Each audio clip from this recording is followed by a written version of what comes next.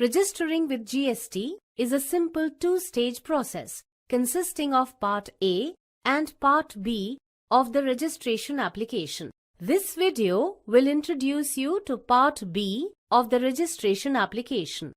To begin, access the GST portal at www.gst.gov.in. At the home page, scroll down and click the Register Now link. Select the Temporary Reference Number option.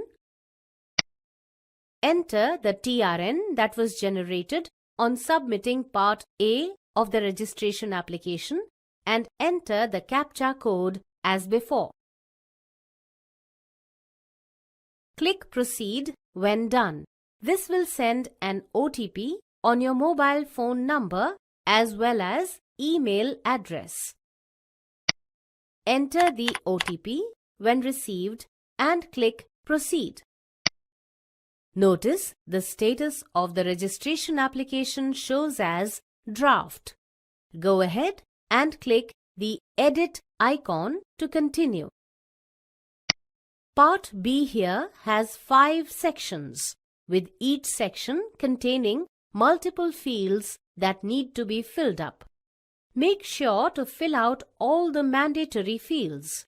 Otherwise, you will not be able to complete Part B. You get 15 days to fill and submit this application.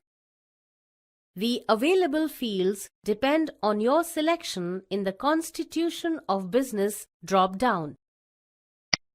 For the purposes of this demonstration, I'll select Government Department.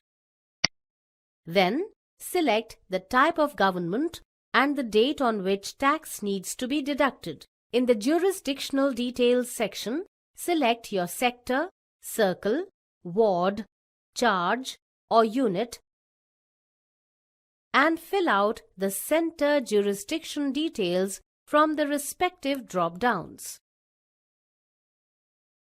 Click Save and Continue to save this information. Notice the color of Business Details tab has changed to blue and it now has a tick mark on it, which indicates that the respective section contains all the required information. Also notice that the Drawing and Disbursing Officer (DDO) section becomes active, where you'll need to enter the details of your Drawing and Disbursing Officer or a person who is responsible for deducting tax. Fill out the personal information, the identity information, and the residential address of the Drawing and Disbursing Officer. Next, upload the photograph of the person whose information is provided, making sure it is in JPEG format with up to 100 KB in size. In the Other Information section, select the slider to Yes if this person needs to be an authorized signatory also. Let's keep this to No for now and save this information to move to the Authorized Signatory section. Check the Primary Authorized Signatory option and enter relevant personal information of this person. Notice that the registered mobile phone number and email address gets filled automatically. After personal information, enter the identity information, residential address, and upload a photograph of this person based on the given parameters as before. You can add multiple authorized signatories by using the Add New option. Once done, click Save and Continue as before.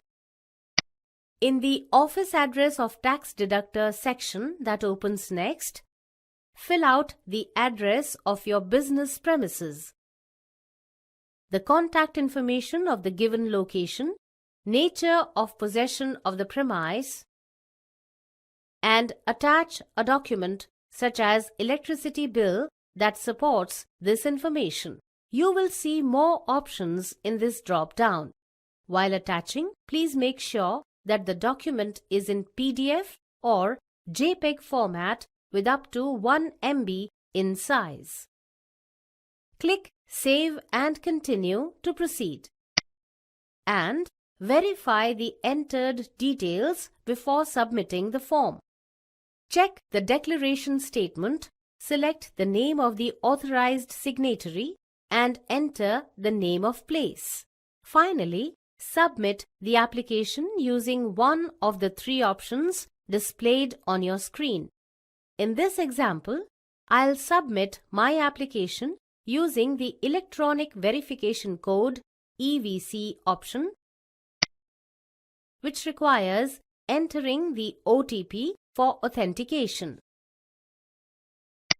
Once the form gets submitted successfully, the GST portal will display a success message. It's that simple.